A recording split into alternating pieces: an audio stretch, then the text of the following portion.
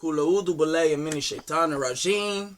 Bismillahirrahmanirrahim. We seek refuge in Allah from the accursed Satan. In the name of Allah, the Beneficent, the Most Merciful. I want to discuss a topic today that is prevalent and relevant to all of our lives, but some of us underestimate it.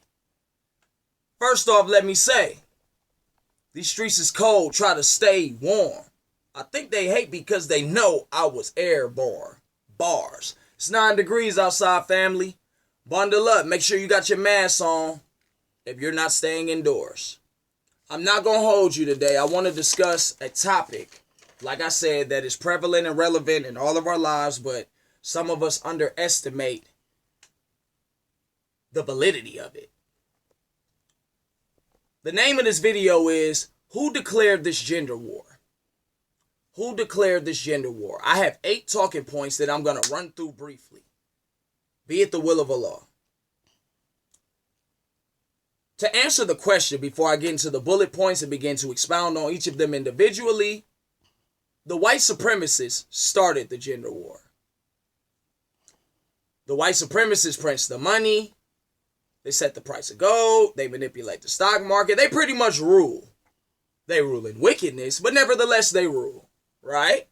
So, there's an old saying that if white people are sick, black people got the flu. So, if white people who have all the benefits of society are engulfed in a gender war, then what do you think we're up against as Black America? And throughout the rest of the world, for that matter. Rhetorical. Bullet point number 1. I'm going to list them first, and then I'm going to handle them one by one. Bullet point number 1, from pyramids to plantations. Bullet point number 2, from slavery to segregation. Bullet point number 3, patriarchy, matriarchy, or gynocracy. Bullet point number 4, feminism, welfare, and the drug war. Bullet point number 5, gender roles. Bullet point number 6, gender role reversal. Bullet point number 7, the divorce rate. And bullet point number 8, stepmothers versus stepfathers. Now, there's no particular order as far as relevance. I just tried to go as far as the sequence of events and, just get to it and get through it. I'm sure there are other bullet points that I could have came up with or you could come up with, but that's why we're engaging in a dialogue. So from this point, we can continue the discussion. So here goes nothing.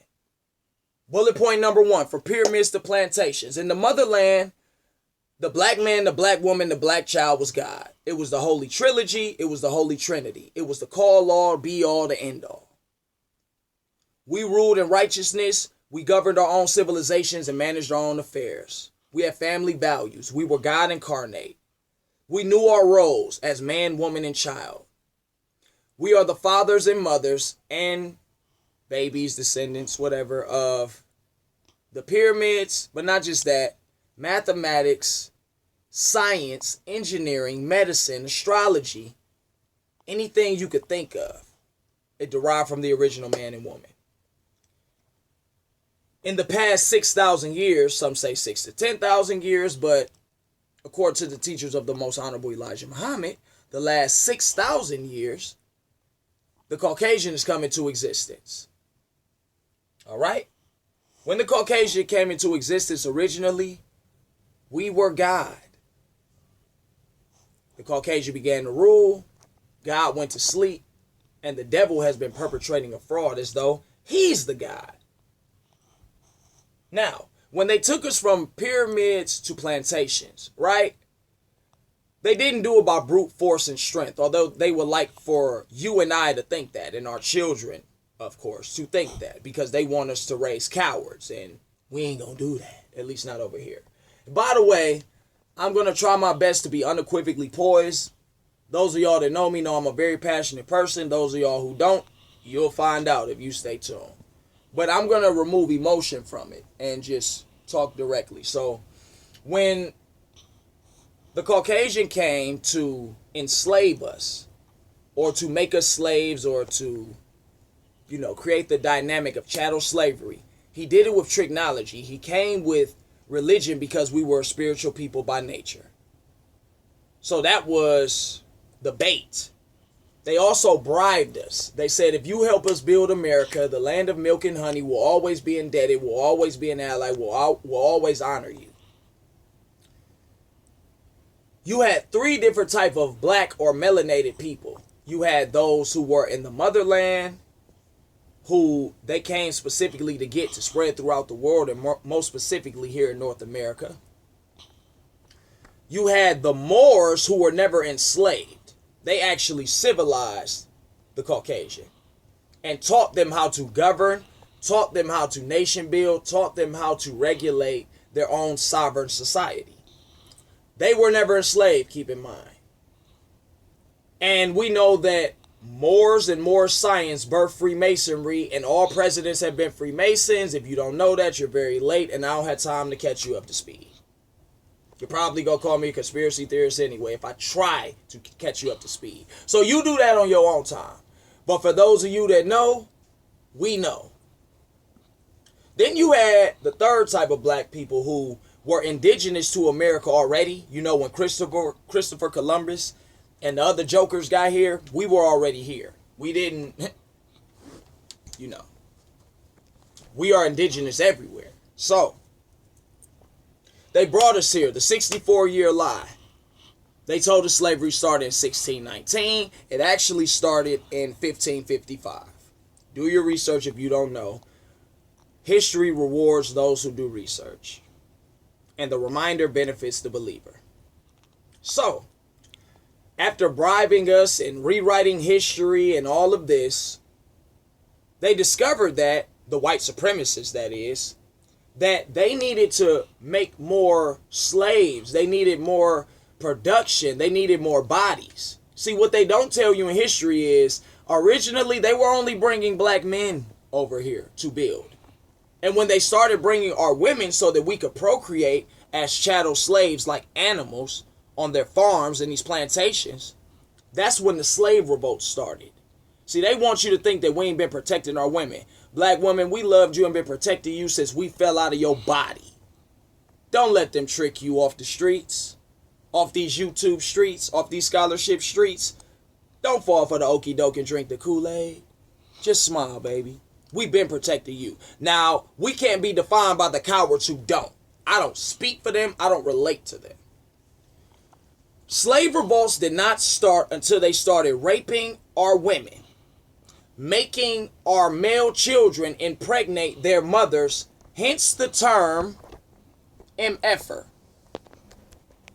Right? That's when slave revolts started, family.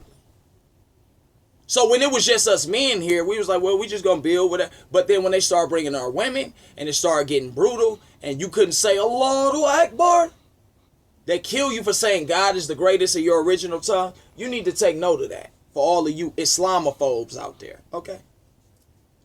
Anyway, because I'm not advocating for religion. I'm advocating for black freedom and full truth, okay? So from the pyramids to the plantations. Now we're on the plantations. We're being brutalized. We're being ravished, raped, castrated, lynched, set on fire. Black woman tied to a horse, both arms, and she's pregnant, and they beat the horse, and the horse runs apart and splits the woman in half, and the baby falls on the ground. The slave master crushes the baby's head with his foot. We know all of these things happen. Right? So,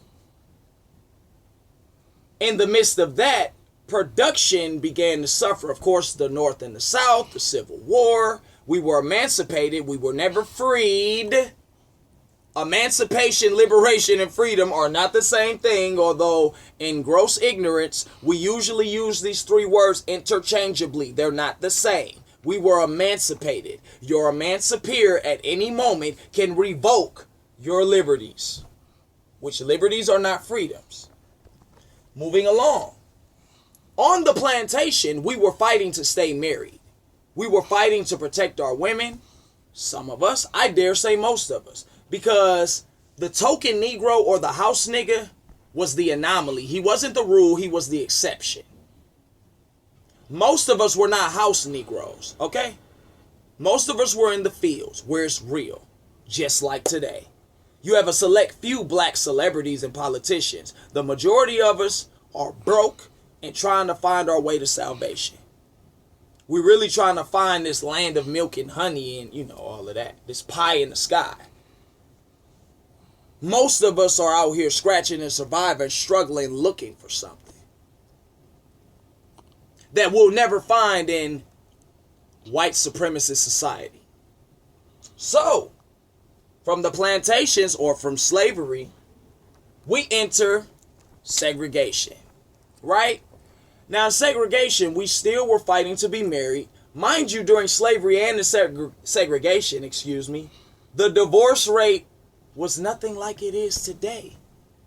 So you mean to tell me that when they were beating us and misleading us and mistreating us and not feeding us and all of this, miseducating us, long live the soul of Carter G. Woodson. If you never read The Miseducation of the Negro, you're slipping, you're falling.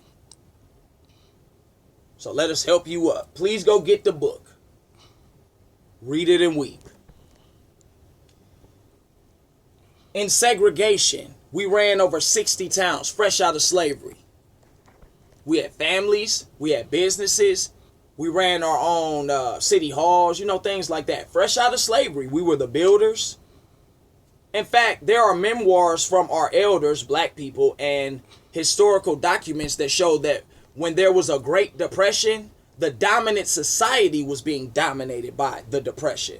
There were many affluent black communities that were not struggling during the Great Depression. Keep that in mind. And again, history rewards he or she that does the research. So you don't have to take my word for it. I'm encouraging you to go figure it out. Now, in segregation, at that time, we lived in more of a patriarchal society. Flat out, it was a patriarchy. In like the 60s or the 70s, the white man started to use what Elijah Muhammad said, the most honorable Elijah Muhammad, said, which was, a nation can rise no higher than its woman. So as their society and economy began to suffer, they had to go from patriarchy to matriarchy. And in the midst of doing that, they made their white woman the standard of beauty, the standard of education, the standard of how to cook and how to dress and how to talk and how to walk and how to think. That's why when you're on your voicemail and it's the automated voicemail system, or when you call a 1-800 number, or when you're talking to the machine, it's usually whose voice? It definitely ain't a black man's voice. It's not the black woman's voice. And it's usually not the white man's voice. It's his woman. Because he knows that to make her the standard is going to keep him in power and rulership. The white woman is also the majority of the teachers in the public food system or the killing fields. So this white woman sticks a needle in our beautiful black babies' brains to inject them with fear and inferiority. Now, they become the standard of beauty in society. We, black people, know that patriarchy was never good or bad until the white supremacists got a hold of it. Matriarchy was not good or bad until the white supremacists got a hold of it. In fact, matriarchy is what we're really, as black people, akin to. And I don't have a problem with matriarchy. I have a problem with the way it's practiced today. See, when white women complain, things move around. We could protest, picket, riot, loot, sit in, stand up, nonviolent, violent. We could vote. We could do all of that. A white woman don't have to do none of that. All they have to do is say, we're not gonna take it, and things move around. Okay? Things move around for Becky and Gwendolyn, and I'm not trying to be disrespectful. I'm just trying to deal with it head up as it is. It is what it is. When they start complaining, they get their way. Because their man understands you have to make her the standard in order for us to rule. But we'll create this optical illusion that it's a patriarchy. No, we live in a white matriarch. What the white woman say pretty much goes. It just is. What she says goes. So, unless you're wide awake and aware. Now, in a gynocracy, which unfortunately is the black experience, that means that the woman is judge, jury, and executioner. The man is expendable. He has no value. He has no say-so. And the women rule with their variation of an iron fist, I guess. And if you look at the black community, they have called our women the backbone of the community. No other race, culture, ethnicity, none of that. Demographic, no other group except us, black men and women in America. The women get called the backbone. The women get called the head of the household. The women are revered as totally independent of us black men. This is by design. It's not by coincidence or accident. Now, in the midst of them introducing feminism and welfare and all of that, which is going to be the next point, or we might as well get into it now because I'm trying to run through it, okay? In feminism, we fell victim to what is called the gynocracy, black people. I speak for black people. Keep that in the front of your lobe. I'm talking about the black experience from my perspective as a black man. When feminism was implemented, welfare followed, the drug war followed, and in the midst of all of that, black America, the black community, became a gynocracy, where the women will be given benefits as long as the man wasn't there, as long as you didn't get married, as long as you pretty much allowed yourself to be weaponized against your man for the destruction of the black family. Because as we know, family is the cornerstone of the nation. So if they could destroy our families, they could destroy our nation within and without, and the idea of us even having our own nation. That's very important to know and remember. So we live in a gynocracy where the women call the shots. They emasculate the men. Some of this is by conditioning. Some of it is because some of y'all sisters, so-called, drank the Kool-Aid. It just is. And men been getting washed up and rinsed out pretty much ever since. But now the pendulum's starting to swing the other way. Interestingly enough. We're going to get to that too. Again, I'm trying to run through it. So, feminism, which is an obstructionist to true femininity and a threat to masculinity, was implemented. They convinced our women that that was their fight. A lot of our women joined that fight to the detriment of the rest of us. You had some women that wasn't going along with that garbage, but there were a lot of them that dumped right in the dumpster, in the garbage pail with the dominant society. And as a result, decades and generations have gone by, and now this has been the narrative for a long time. So, feminism produced welfare and produced all of these changes in the workforce, as we know, to where the white woman said, I don't want to be barefoot and pregnant in the kitchen and blah, blah, blah, which I don't see what's so bad about that. Oh, unless your man is oppressive. See, I see why they were fighting against patriarchy. I don't really understand why our women fell into that trap. You were never oppressed by a sister. Can we be honest? The black man never had no power to rule you. You've had more perks in society than we have. Then and now. So, from the workforce being changed, women took off skirts and started putting on pants. And our women, black women, decided that that looked sexy somehow to imitate men and not be women. So when they introduced welfare, they kicked the black man out of the home and enter the single mom, enter the deadbeat dad, enter these theories and ideologies which really hold no merit. They're false. Now, are there black men out here that need to step up? Absolutely. You damn right. But for those of us that have been encouraging that, pushing the needle, and creating a narrative, not just a narrative and talking points, but a reality where black men are stepping up. Black men are taking accountability for their children. When I became a father, I started to notice more black men pushing strollers than I ever noticed in my life. I was one of them. More black men out here with their babies, no woman around. I started noticing. The Census Bureau, I said in the last video, according to the Census Bureau, not according to Ariana Ali, according to the Census Bureau, Black fathers, we spend more time with our children than any other race of fathers. This is not Arion. This is not conspiracy theory. This is the Census Bureau. Again, read it and weep. If you got a problem with me, take it up with your oppressor. I just deliver the news in the name of Allah. Now, this gynocracy was very dangerous, and feminism trumped it up. Welfare trumped it up. The drug war was the nail in the coffin. Enter heroin. Enter crack cocaine. Now you got all these prescription drugs. Opiates is an epidemic, and this coronavirus is a pandemic, and it's all really a plandemic from the oppressor.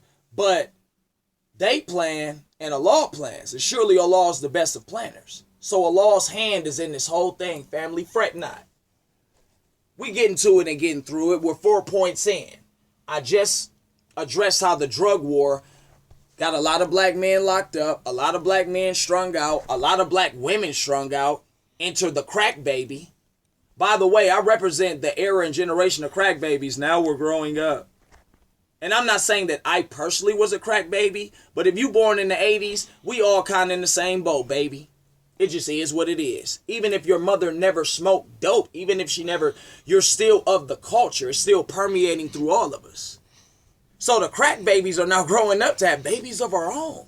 With no guidance, with no mentorship, with no infrastructure, with no educational or political paradigms for our babies. We got to start from nothing. So I'm really uninterested in what a lot of our elders have to say. I think it's time that they sit down and listen. I ain't going to tell you to shut up, but respectfully, be quiet. Thank God for revealing these things unto babes and keeping them from the wise and prudent man. Read your Bible. Don't just thump at me. Read your Bible. Because now the liberation generation, it all rests on our shoulders to make it right. So, point number 5, gender roles. Originally, men were men, women were women, and children couldn't just overstep their boundaries. Now, women are running around with this anything you can do, I can do better. I can do anything better than you kind of mentality. It's destructive. It's counterproductive. You can't do what I do, sister, and I can't do what you do. So can we leave white people's business to white people and get back to black love? Shout out to all of y'all that keep even saying that and creating a narrative and a mantra of black love, because it's needed. But be careful of the liberal hand that wants to taint, tarnish, poison, and corrupt true black love. A hint is sufficient for those who know. Gender roles. Men were men. We were builders. We were destroyers. We were providers. We were protectors. We were the example of manhood. We were the reference point. We were the backbone. And then the back was broken. We were laid low. And as a result, our women were thrust, in most cases, into our role and position. So now that you have brothers stepping up, sister, embrace that. If you, as a black woman, have a baby daddy who wants to be in the child's life, please don't prevent that. Why would you want to stop that? Or whatever the case. Because when the pendulum swings the other way, it's never fun. I know some people that'll bear me witness. So, gender roles. They turn women to men and men to women. As many of us know, they've been turning men to women and women into men. The children have been able to run amok in the streets. And now they're misguided. And with social media, they're out here at the forefront. But the beauty of that is their young, vibrant, vigorous, fearless spirit is going to reverse the curse and break the chain. Shout out to the liberation generation. Roll call. And its leaders. Now, we're going to now talk about point number 6, which is gender role reversal. Now not only did the roles reverse, but you have men literally changing their sex. Did you know that in the 70s, homosexuality was considered a mental illness in their medical books? In the field of health, homosexuality was a mental illness. So how do we go from mental illness to now you're giving out Nobel Peace Prizes to men who are having sex changes? Because the devil is a lie.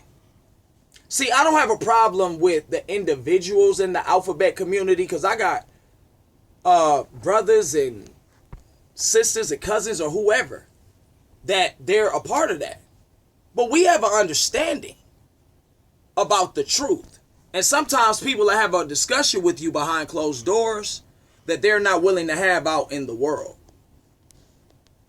Be that as it may, this is sickening. And in the midst of all of this, now the divorce rate is up.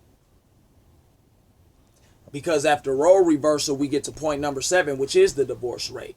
Like I said, in slavery, we were married. In segregation under Jim Crow, and we were married. We were not getting divorced. Now we got all these freedoms and liberties and technologies and people that talk like Brian Gumble, and they think that because they talk through their nasal, they're more intelligent, and you're not. The divorce rate is higher than ever with all your education, with all these so-called job opportunities. With all of this, the divorce rate is sky high. Why? Because the brain was made to think right. I know I said I was going to stay calm. You got to pardon my passion and excuse my emotion, though, because it's just real talk. The divorce rate is high because we don't know our roles. And anytime you're dealing with a person who, when you say we don't know our roles and they get offended, get the hell away from them. Because not only do they not know their role, they don't want to know their role, so they should shut their mouth. I grew up watching wrestling. Know your role and anyway. Shout out to Dwayne Johnson. You dig? That's The Rock. So the divorce rate is sky high. Men are trying to be women. Women are trying to be men.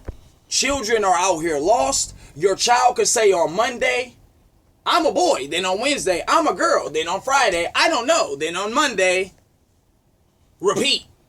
That's sick. And if you as a parent try to tell your child, no, that's wrong, do you know that they can take you to jail for making your child adhere to their natural born gender? I hope they don't flag this video, but if they do, it is what it is, and it ain't what it ain't. I must get the message out. And I'm trying to be brief and short and sweet, because like I said, we have much to do and very little to say. But the truth is, all of these things, and then some, I could go deeper, but this gynocracy is toxic. Sister, you're not supposed to be at the forefront in that sense. Our women, some of them, don't want to be Michelle. She want to be Baraka. Which, I'm not saying you shouldn't aspire for greatness, but you shouldn't aspire for greatness to the negligence of your children. You should never aspire to greatness in the name of you don't need a man, or you want to stick it to black masculinity. You got terms like toxic masculinity. That doesn't even make sense. But when you're trying to use triggering words and code words and terminologies, then it does make sense. You understand why it's happening. Toxic masculinity, if it exists, it's not really a black thing. We are striving to be the best example of God. Right? So, God is a creative force. He rules. He brings things into existence. He uses will. He says, be, and it is. That means I don't ask. I just take reign. And if you got a problem with it, that's your problem. Men, we have to get back to leading. Don't be no gynocrat. You need to go to a gynecologist, black man. And don't be a gynocrat. And encourage your women to not. And talk to your mothers about their role in this whole thing. Our mothers, our sisters, our aunties, our grandmothers, our daughters. Talk to them about patriarchy, matriarchy, the gynocracy, and what's healthy. Because as I said previously, I don't have a problem with matriarchy in its healthy, natural state. I don't have a problem with anything in its healthy, natural, godly state. In a matriarchy, I can be king, beloved. Y'all saw Black Panther, right? Wakanda Forever. It's a movie, but in real life, we were living something like that. It was a matriarch type of culture as far as black people. We loved our women. We revered, respected, protected our women. That's why we were able to rule as long as we did. That's why it's coming back, because you got brothers like me that's taking it back to the natural order. And if you don't like what I'm saying, check yourself, because you can't check me. You can never check truth. I'm not great. The truth I'm standing on is great. I'm not great. Allahu Akbar. Talk to your women, brothers, about the different variations. Because we shouldn't be trying to be patriarchal like we see white people doing, to ravish our women and destroy our children for selfish gain. We shouldn't be doing that. But we also shouldn't be in a sick matriarch where our women are trying to assimilate and look like white women and act like white women and dye their hair like white women and wear contacts so their eyes can... You get the point. That's not healthy either. But if you're trying to pander to women for some PUSSY because you can't help yourself, then help yourself. But I'm not going, because real men, we're going to get that regardless. When you're a real masculine energy, that's magnetic. That comes with it. I don't have to lie or pander to women to get a woman to go to bed with me. You fool. What do you look like, bruh? Stop. To you sisters that are gynocrats, stop. You're damning your souls. You're destroying your children. You're teaching your daughters to rebel against black men. Your daughter's going to grow up and naturally be attracted to black men. She's going to have sex with black men. She's going to love black men. Unless she's one of them other people that don't love black men. Which, that's their business. But 9 times out of 10, she's going to grow up to want a black man. Why are you going to teach her to rebel against her male counterpart who's naturally supposed to lead her? Now, if you feel like the average man isn't qualified to lead her or lead you, then you got to find those of us who are, because we exist. I'm not a myth. It's a lot of us out here. No. Don't be a gynocrat. Don't fall for that. That's the okie doke. And you're really destroying your male sons because you're making them dependent. You're crippling them in their manhood. That's why a boy especially needs his dad. Because a woman cannot show you how to be a man. She just can't. I'm sure if she could, she would. I'm sure she did the best that she could. And there are those black men who grew up to do great things, even though they were raised by a single mom. That's the hand of Allah, but that's not the natural order, and that is the anomaly. You have to stop making the exception the rule. Everybody ain't gonna end up like LeBron James, who was raised by a single mother. And by the way, LeBron James wasn't just raised by his single mother, like most people in his category. The community raised him. His coach was like his dad. We know the story. It wasn't just solely up to his mother. Much respect to him and his mother. But that brother know what I'm saying. And you do too. So don't fall for that. Gynocracy is the devil. Stop. Do not fall for that. And those of us that are real men, masculine entities, we're not going with you.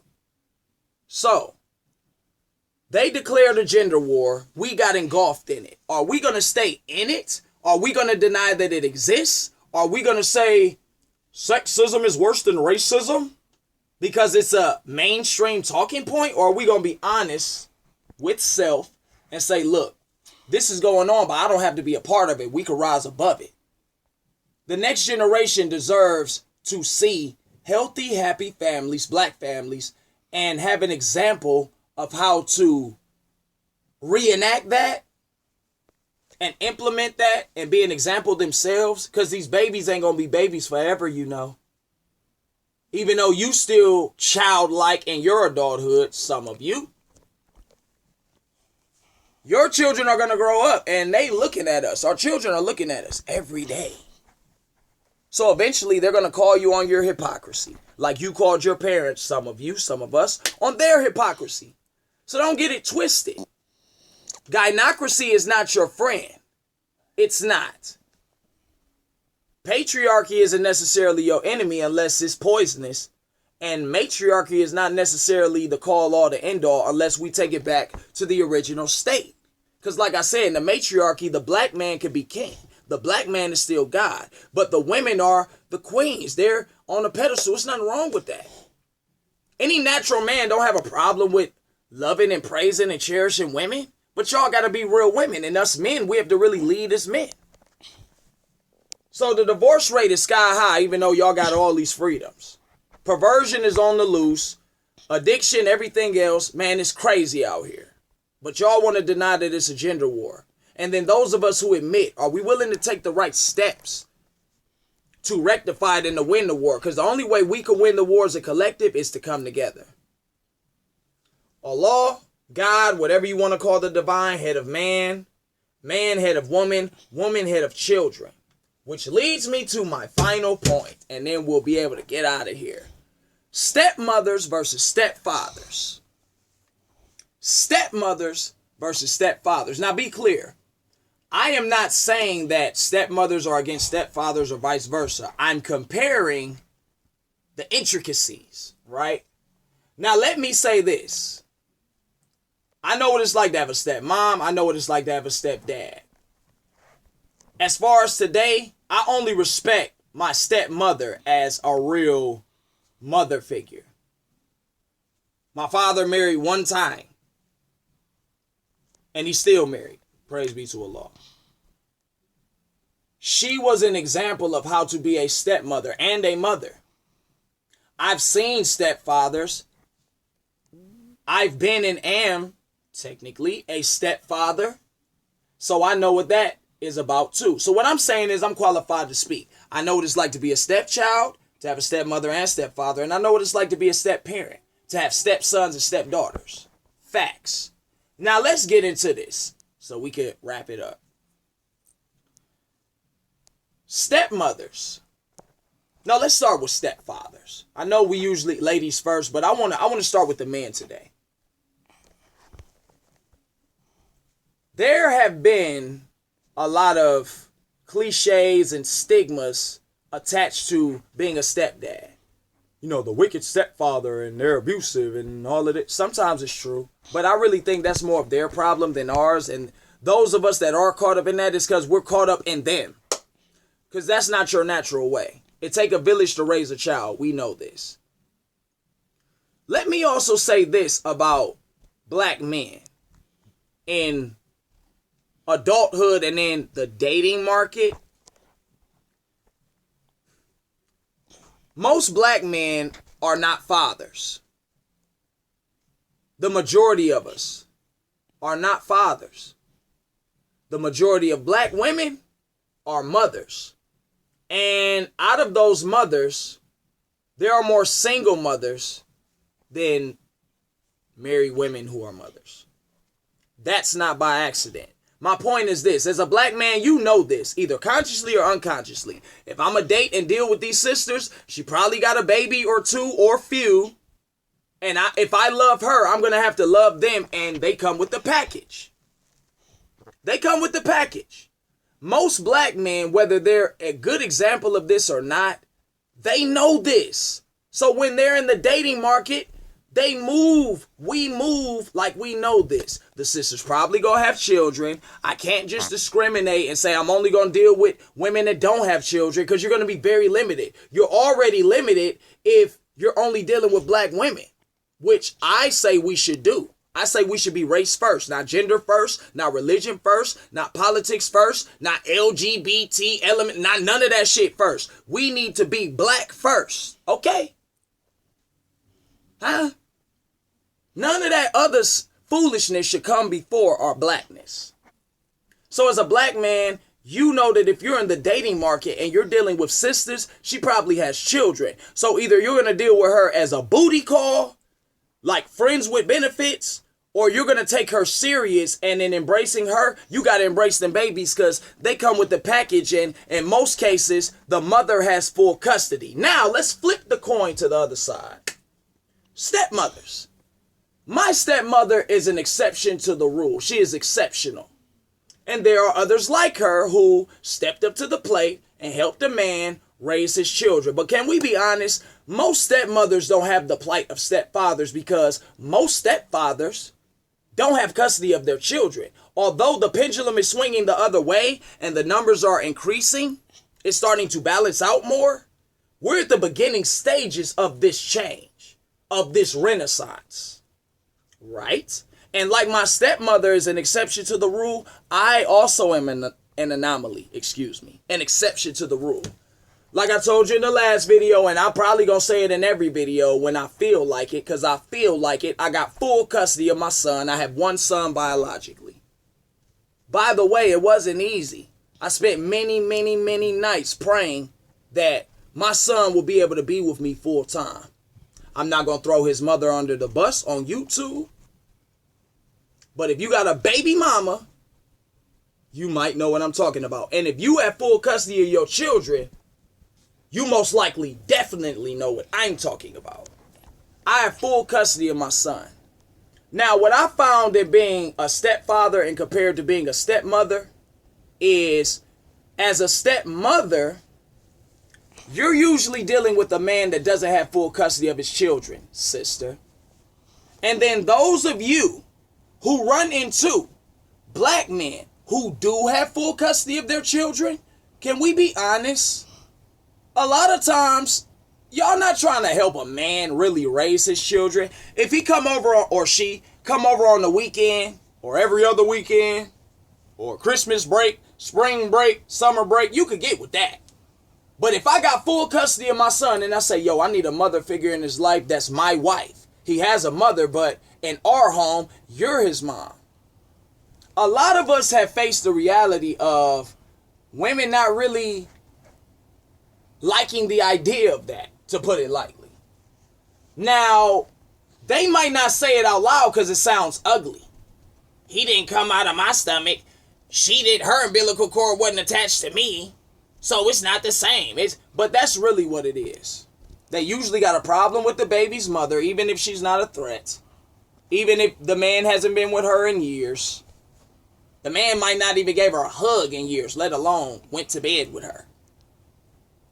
But your woman can be threatened by the child's mother. And I'm not saying it don't happen the other way, but I'm saying that black men, we kind of already know what it is. You're probably going to be a stepdad, bruh. You know that. Most black women, even if they looking at it like, well, I'm probably going to have to be a stepmom, they're not thinking full time. So when a brother like me shows up and I require a little bit more, but I'm deserving and I'm giving more, there are oftentimes breakdowns in communications. Let's just be honest. Men and women can be very selfish. But this modern day woman can be very selfish. She barely want to take care of her own children in most cases.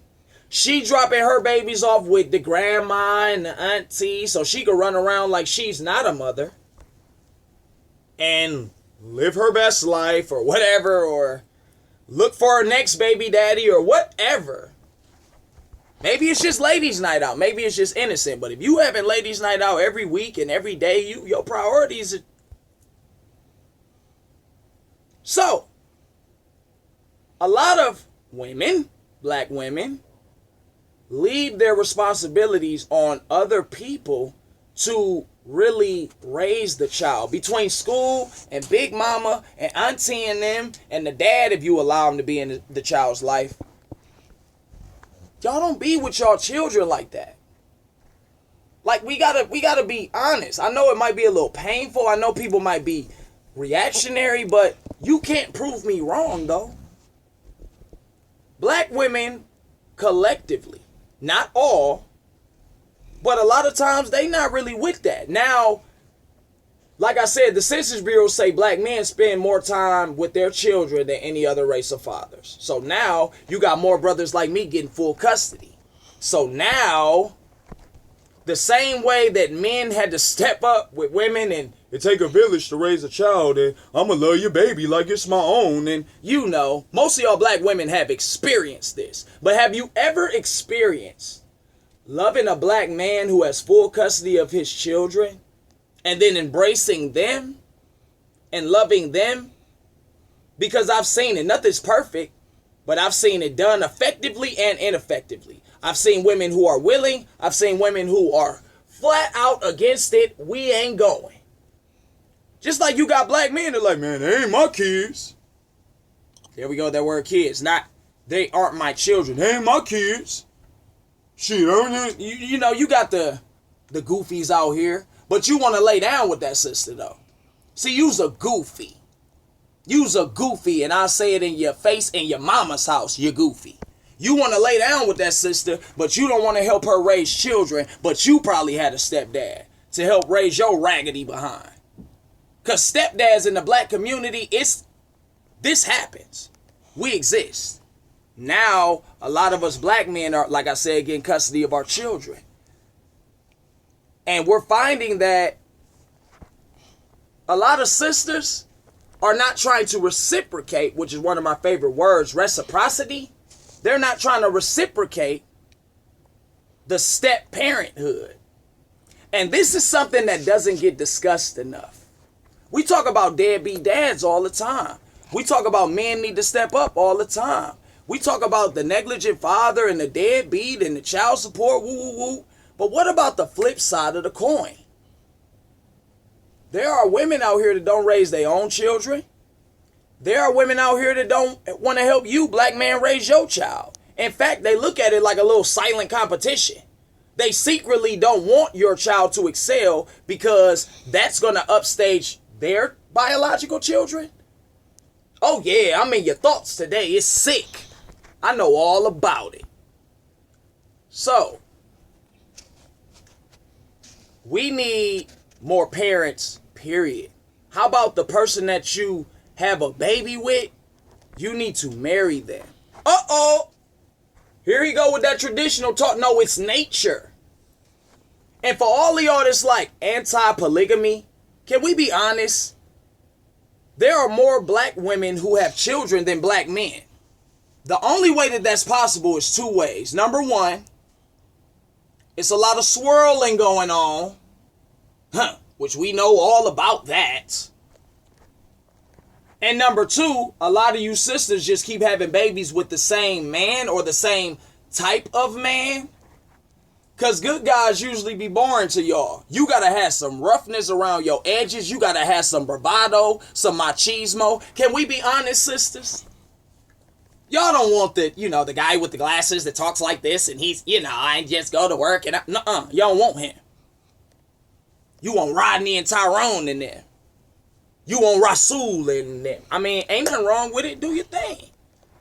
But sometimes what you like might not be in your best interest, sister, and it might not be in your children's best interest. Same with brothers. You want to run around with these divas and vixens instead of trying to find a wife and a mother figure for you or your babies. See, that pendulum swing both ways and everybody get cut. Everybody gonna get this work. You feel me? I'm not just taking the side of men because I'm a man, but I'm not just gonna pander to women because I naturally love women. I'm gonna tell the truth and shame the devil. We need more parents to step up. Sisters, if y'all want more men to step up and help you raise your children with your sexual deviance, so now he got to step in and do what the last man failed to do, you need to have that same energy. Because more and more every day, there are more fathers like me stepping up and we have full custody of our children. For years, y'all been getting welfare, WIC, Section 8, food stamps. You could get a school check and a child support check and live rent-free and go to work. How you been on Section 8 for 10 years with that type of setup? Black men don't get that. We are not allotted that. We're not. So how dare you look at us like we're half-stepping? Be honest with yourself, sisters and brothers. Step up, black man. And to those of us who are stepping up, you know exactly what I'm talking about. That pendulum swinging the other way. Now black women are being put on child support. And guess what? They don't like it. But they got men on child support. But then they don't want to be on child. Okay. Talk about hypocrisy and cognitive dissonance. Okay? It's ridiculous. It's ridiculous. And for me personally, I have a certain soft spot in my heart, affinity and affection for single black mothers because my mother was a single mother, my stepmother, my grandmother, aunties and them. But also, women who don't have children, they're not mothers. So if you have a child and she's inexperienced as a mother, she might not be the best candidate. She might be fun for you, but she might not be the best candidate as far as helping to rear and raise and shape my child or children. So I tend to deal more with single mothers just on the strength, especially now that I'm a single father.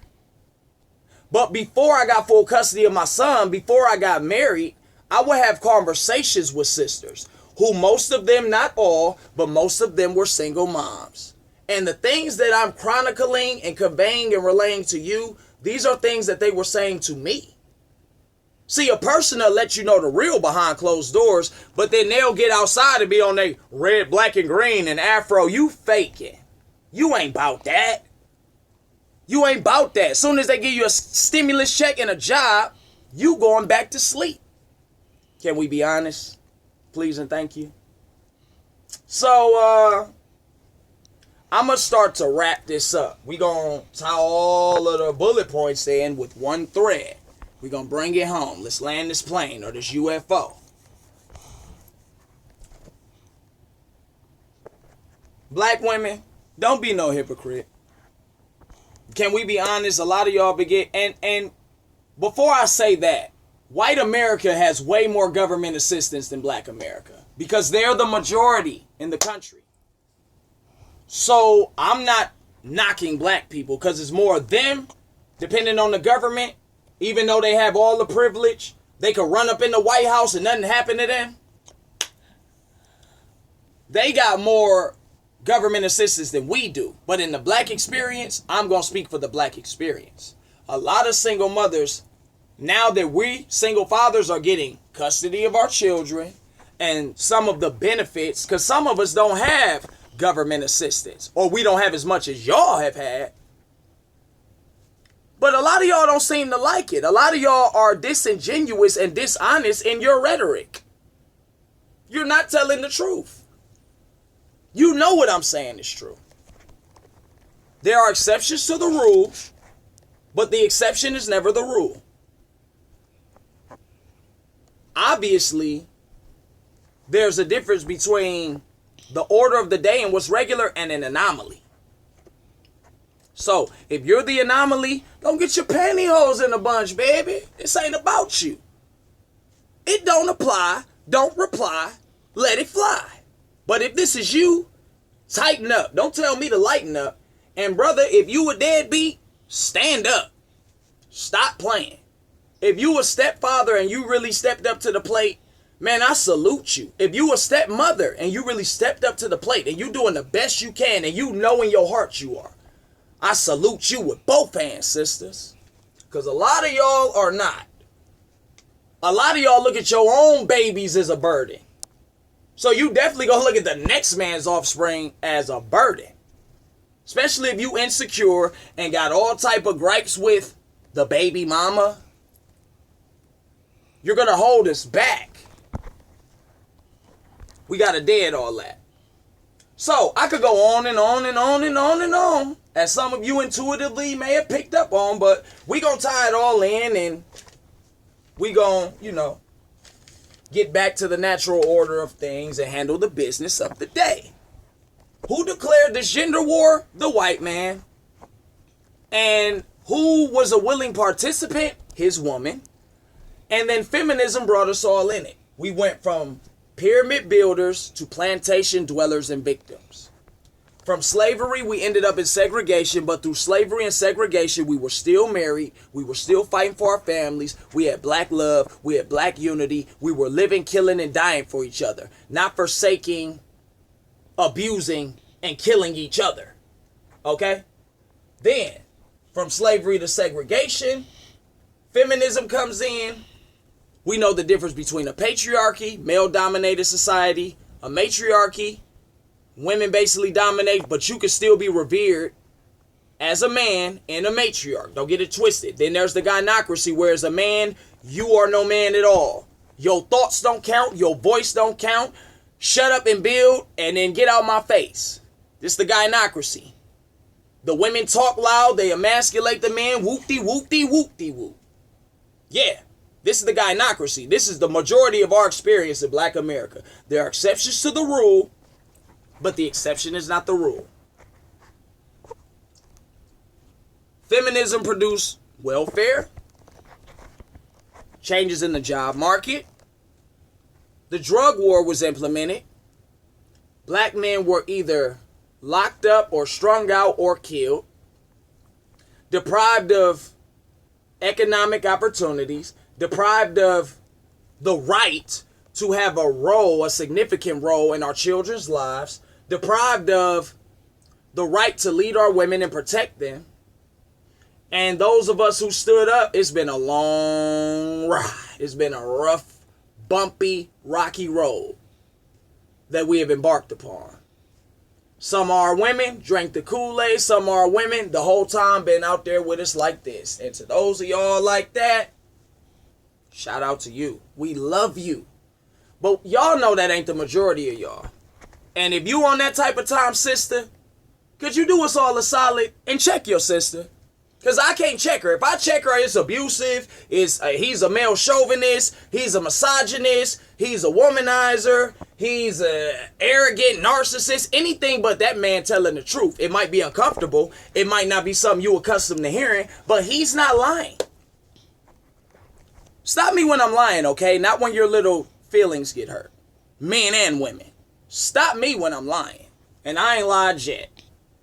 So, the drug war and feminism and welfare ostracized us as black men and confused most of our women. So you have all of these dogmatic talking points that are losing validity more and more every single day. Okay?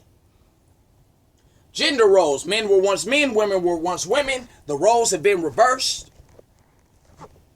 And now you could flat out say you want to be a woman if you were born a man, and vice versa. Your children are watching cartoons on TV where the little boy got two dads. I have a problem with that, and I give a damn how you feel about it. I have a problem with that, and if you got a problem with that, I got a problem with you. My son ain't about to watch no goddamn cartoon where the little boy got two dads. Are you stupid or dumb? Are you a punk or a coward? Are you a sellout or a coon? Fighting words, and I mean it. So much for diplomacy, right? Yeah, I know. The divorce rate, sky high. As a result of all of this, we've lost black love, we've lost black leadership, we've lost the knowledge of self and the knowledge of God and the knowledge of who we are and the knowledge of the time and the knowledge of our enemies. And as a result, our children are out here running rampant with no direction. They're broken inside. We got to do better. And how do I know? Because I come from the generation where that was our reality, and then we grew up with a lack of guidance and had to get out here and figure it out. Shout out to all of the parents that was there full time and did the best they could. We love you. And now we trying to carry on tradition, but do it better. Don't knock us for trying to do better. Don't knock us for trying to be better. It's not out of malice. The term father, you're supposed to make your children go further or farther than you. Motherhood ain't too much different. We just got different roles that we got to come back to. The divorce rate is sky high. In slavery and segregation, it wasn't. 1 + 1 = 2. Stop telling me about all of these women's rights and freedoms, and it's garbage. It's gotten so out of hand now that you got groups out here like Fatherhood Initiative. It started getting crazy. So us as black men, we're getting like the last little remnants. We're getting like the leftovers and the hand-me-downs.